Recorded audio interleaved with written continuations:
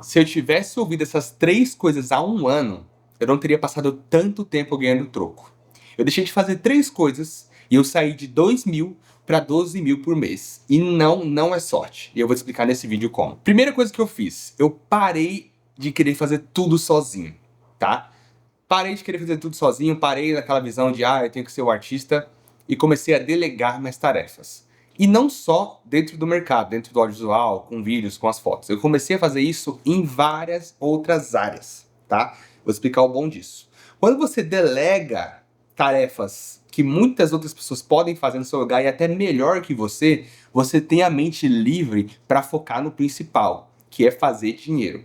Quando você quer fazer tudo, você quer fazer toda vez a comida da tua casa. Você quer limpar a tua casa toda semana. Passar, sei lá, 2, 3 horas da tua vida limpando a tua casa.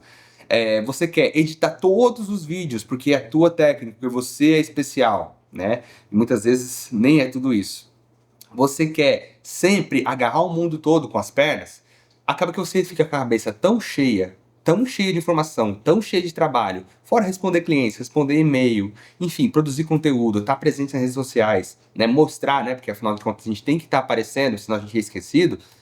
Cara, você não vai dar conta, você vai entrar em burnout, você não vai conseguir faturar tanto. A não ser que você passe por um grande processo de crescimento, enfim, que é algo que eu vou contar um pouco mais à frente. Então a primeira coisa que eu fiz foi delegar mais tarefas. De edição, algumas tarefas de casa. Se minha hora vale mais do que a hora de alguém, e alguém vai fazer aquilo até melhor do que eu delego. Então, vídeos, edição de vídeo, por exemplo, às vezes eu peguei projetos bem grandes, mas eu soube basicamente pegar os melhores editores, as melhores pessoas para trabalhar comigo, e aquela pessoa executou uma tarefa muito melhor que eu, num curto período de tempo, enquanto eu estava fazendo dinheiro em outras áreas. Então essa foi uma das principais coisas que mudaram totalmente o meu faturamento mensal. A segunda coisa, eu parei de aceitar qualquer proposta. Antes eu ficava naquele desespero de aceitar todas as propostas. Apareceu um trabalho de 250, apareceu um trabalho de 150. Eu passei o preço 400, o cliente falou, só tenho 200. Aí eu fechava, tudo bem, a gente faz aqui. Preço, querendo ou não, vai te posicionar. Tem gente que já fala, cara, o Iago é um dos mais caros de New Jersey. Mas por quê? Sendo visto dessa forma como um dos mais caros, as pessoas ficam curiosas para entender o que eu entrego. E aí o meu nível de qualidade, eu busco entregar sempre com excelência. Então, automaticamente, as pessoas falam, pô, ele é caro, mas ele é muito bom. Então, valor e preço. Um tem que estar alinhado com o outro, né?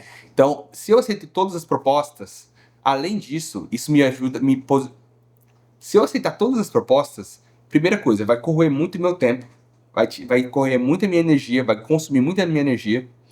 Eu posso estar abrindo mão de um projeto muito maior que vai acontecer naquele mesmo dia. Às vezes eu fechei um trabalho de 250, que eu comprei 400, porque o cliente não tinha budget, por desespero.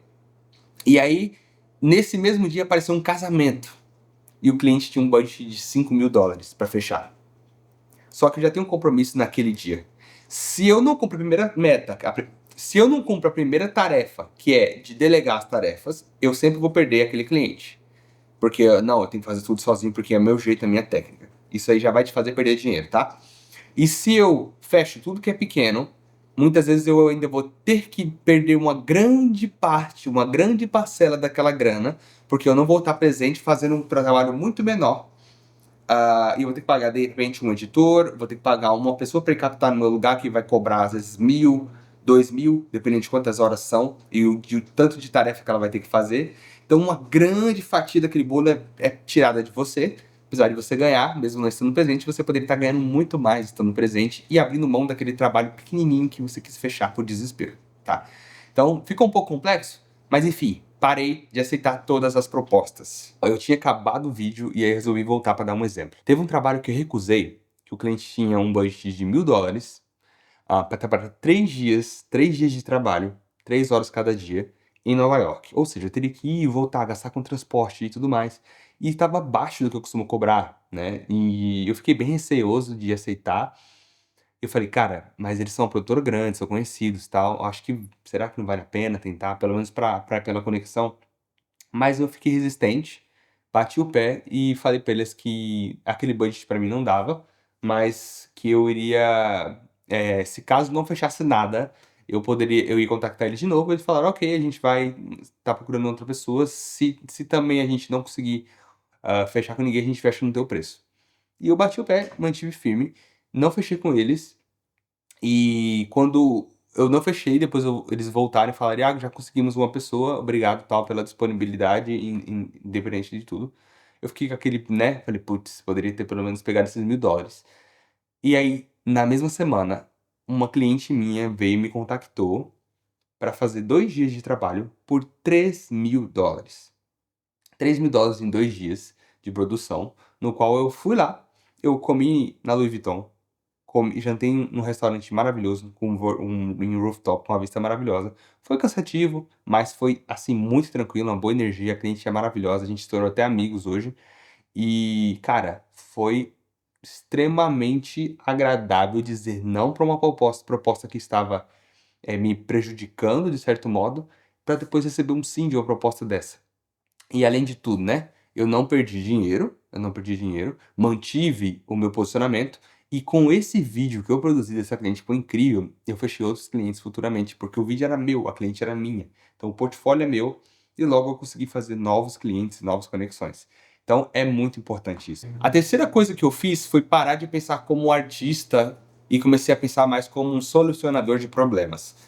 Tá, a tua arte, o teu jeito de produzir, a tua forma de filmar, de fotografar, de editar, de conduzir, tudo isso é o que faz o profissional que você é. Isso é uma coisa que você tem que praticar bastante para isso ser automático, ser natural para você. Só que tem muitos projetos, cara, que simplesmente a pessoa não quer saber de arte, ela quer entrega, ela quer problema resolvido. E você tem que aprender a desapegar dessa parte tão técnica ou tão, de repente, artística que você tem para entregar um serviço que a pessoa vai estar satisfeita com aquilo, você vai ser muito bem pago por aquilo e você vai poder seguir o barco para fazer projetos muito maiores, muito melhores, muito mais autorais e ser muito bem pago por isso. Então, eu comecei a resolver problemas.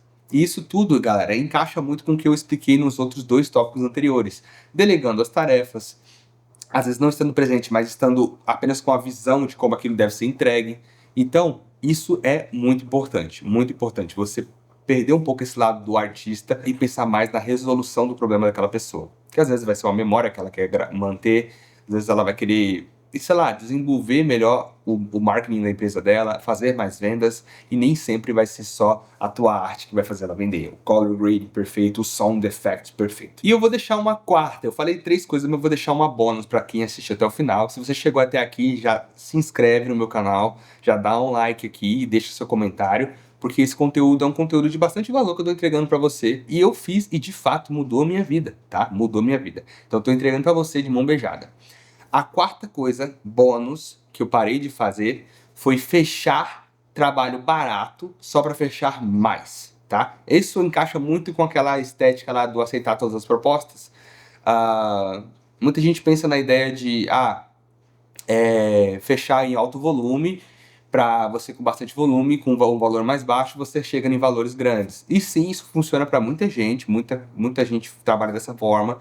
Conheço profissionais que trabalham com sistemas recorrentes todos os meses.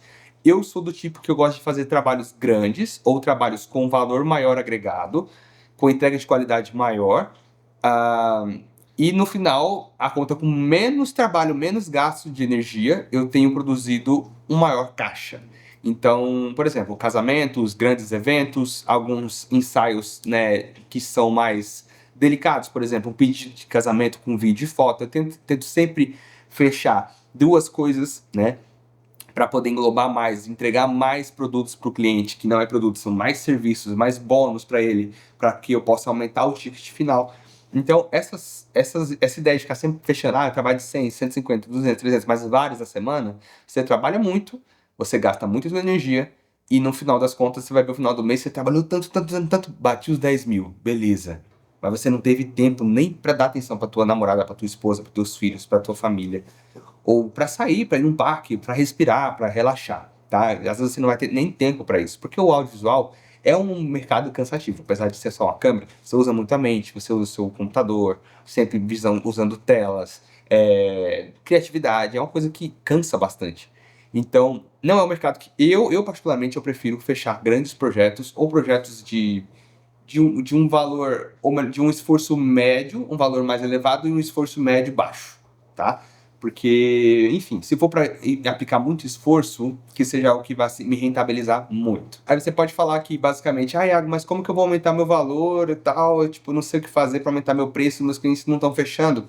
No próximo vídeo, eu vou explicar as coisas que eu fiz para conseguir subir o meu ticket e ganhar muito mais com menos trabalho. Então, se você gostou, não se esquece de mais uma vez se inscrever, deixar o like e acompanhar o próximo vídeo.